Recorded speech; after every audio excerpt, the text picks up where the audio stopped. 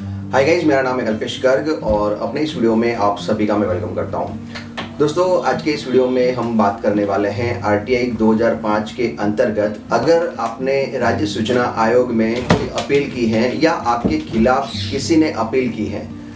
कहने का मतलब, अगर आप अपीलार्थी हैं या फिर प्रत्यार्थी हैं तो राज्य सूचना आयोग का जो निर्णय है उस अपील के खिलाफ क्या आया हुआ है उसे आप ऑनलाइन डाउनलोड कर सकते हैं। उस अपील का जो निर्णय है उसे ऑनलाइन डाउनलोड कैसे करना है। दोस्तों, जब अपील की जाती है तो इस तरह का एक पत्र आपको मिलता है और उसके ऊपर अपील के संबंध में पूरी डिटेल होती है और यहाँ पर आपको उसका अपील का जो क्रमांक है वो दिखाई देता है।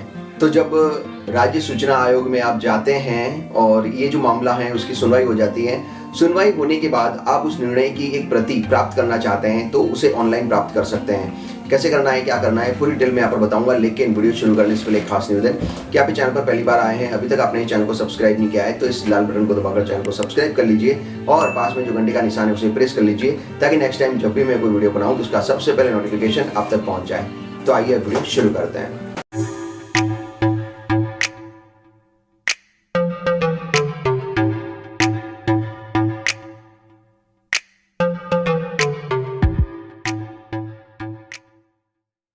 तो दोस्तों, यहाँ पर साइड में आपको मेरे मोबाइल की स्क्रीन दिखाई दे रही है। सबसे पहले आपको चले जाना है गूगल क्रोम में और यहाँ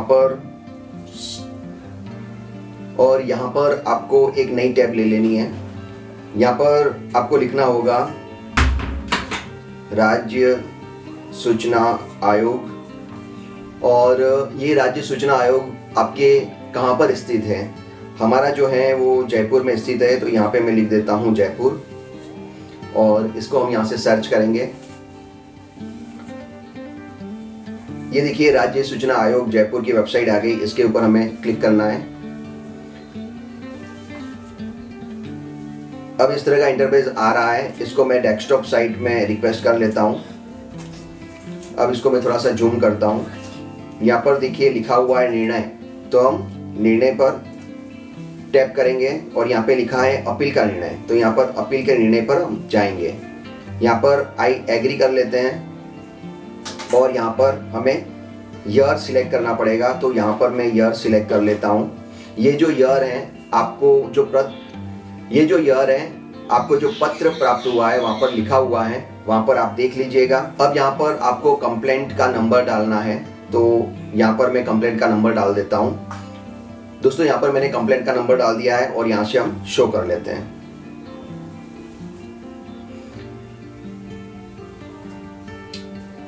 अब यहाँ पर आपको दिखाई देगा second appeal, name of applicant, name of respondent और यहाँ पर केस डिसाइडेड ऑन, कब ये केस की सुनवाई हुई थी और यहाँ पर इसे आप डाउनलोड कर सकते हैं। तो सीधा मैं इसको डाउनलोड पर प्रेस कर लेता हूँ।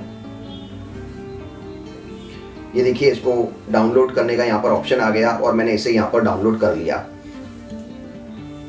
अब यहाँ पर देख सकते हैं कि ये जो हमारा राज्य स्तर की आरटीआई का जो निर्णय था वो यहाँ पर डाउनलोड हो चुका है और यहाँ पर उसकी पूरी डिटेल दी गई है। तो इस तरह से आप राज्य स्तर की कोई भी आरटीआई है तो आपकी जो सुनवाई हो जाती है उसके बाद आप 2-3 दिन के बाद इस वेबसाइट से आराम से डाउनलोड कर सकते हैं। तो आशा करता हूँ इस वीडियो में दी गई जानकारी आपको पसंद आई होगी। वीडियो में दी गई जानकारी पसंद आई है तो इस वीडियो को लाइक कर लीजिए और अगर आपका आरटीआई से जुड़ा कोई प्रश्न है तो कमेंट में जरूर बताइए। आज तक के लिए इतना ही, अगले वीडियो में फिर मिलेंगे। तब तक के लिए जय हिंद, जय भारत, जय भारतीय सेना।